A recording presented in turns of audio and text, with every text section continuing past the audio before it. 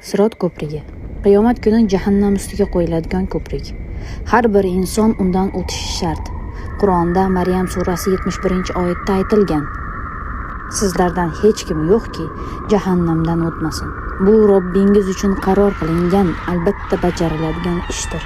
Bu oyatga ko'ra, mo'min ham, kofir ham sirotdan o'tadi.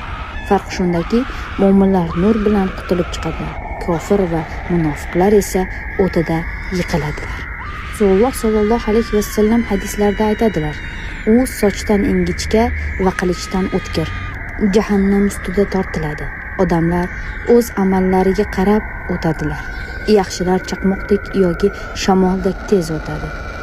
Ayrimlar yugurib, ayrimlar qadam tashlab, ayrimlar esa qiynalib, ba'zilar tirnalib sekin o'tadi.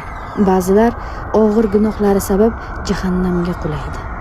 Mo'minlarning holati. Haqiqiy mo'minlar nur bilan o'tadi. Ularning amallari nurga aylanadi.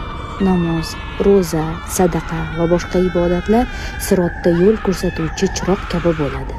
Rasululloh sollallohu alayhi vasallamga muhabbat va sunnatga amal qilganlar ham nur bilan o'tadilar.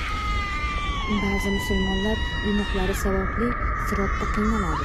Hadisda kelgan: sirot ustida tikanlar bor. Ular odamlarning qilgan gunohlariga qarab ushlab qoladi. Gunohlari ko'p bo'lganlar jahannamga yiqiladi. Ammo iymon bo'lsa azoblangach